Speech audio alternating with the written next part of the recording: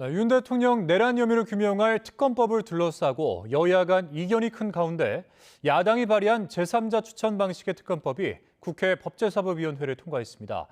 여당은 수사 대상이 광범위한 정치 공세적인 법안이라며 퇴장했고 지금은 자체 특검법 논의를 위한 의총을 진행하고 있습니다.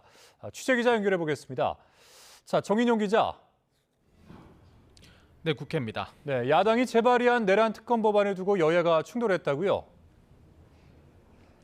네, 오늘 국회 법제사법위원회 전체 회의에서는 내란 특검법이 여당이 반발하며 퇴장한 가운데 야당 주도로 통과됐습니다.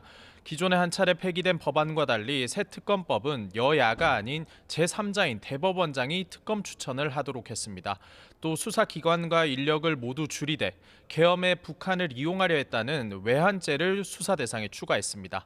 이에 여당은 해외 분쟁 지역 파병과 대북 전단 살포 확대 등을 다 수사할 수 있게 해놨다며 우리 안보 현실을 외면한 정치 공세적 수사로밖에 볼 수 없다고 강하게 반발했습니다. 들어보겠습니다. 이게 수사 대상이 되면 북한만 좋아요. 확성기, 김정은이 제일 싫어하는 거고 대북 전단, 김여정이가 보내지 말라고 하명했던 겁니다. 반면 야당은 비상계엄과 관련한 외환 행위로 제한했기 때문에 당연히 수사해야 하는 범위라고 반박했습니다. 들어보겠습니다.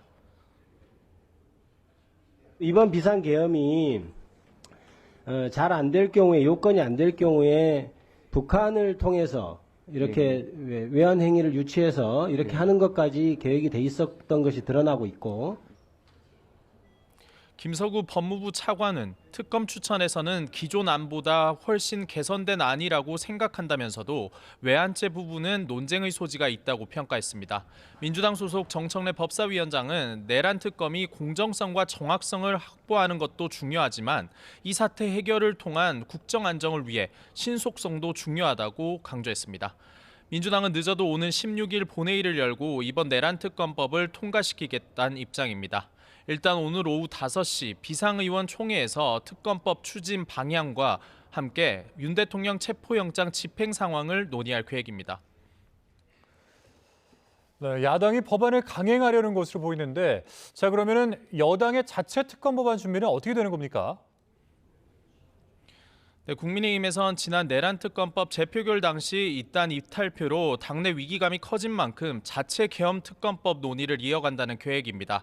조금 전 오후 3시부터 의원총회를 열어 의견을 수렴하고 있는데 오늘 자체 특검법 초안이 나올 가능성도 있다는 전망도 나오고 있습니다. 권성동 원내대표는 의총 모두 발언에서 공수처의 불법 체포영장 등 여러 논란을 해소하기 위해 특검 제도 취지에 맞는 비상계엄 특검을 놓고 의원들의 의견을 수렴하겠다고 밝혔습니다. 야당 특검 법안에 있는 외환죄와 내란 선전선동죄를 삭제하는 등 수사 대상을 줄이고 특검 추천권도 대한변호사협회장 등에 배분하는 내용이 담길 걸로 전해졌습니다. 원내 핵심 관계자는 YTN과 통화에서 민주당이 재차 특검법을 내는 상황에서 자칫 무조건 반대만 한다고 오해를 받을 수 있는 만큼 가만히 있을 수만은 없다고 설명했습니다.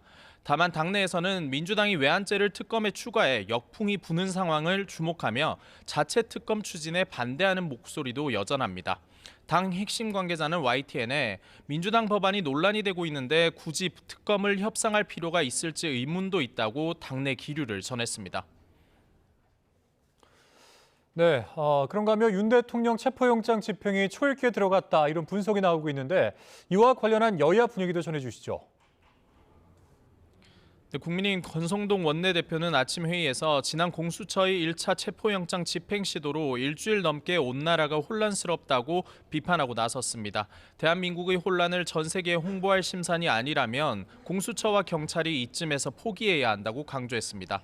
권영세 비상대책위원장은 많은 국민이 민주당 이재명 대표를 위해 조급하게 체포작전을 벌이는 것 아니냐고 의문도 제기하고 있다며 대통령 망신주기란 의도도 읽힌다고 날을 세웠습니다. 들어보겠습니다.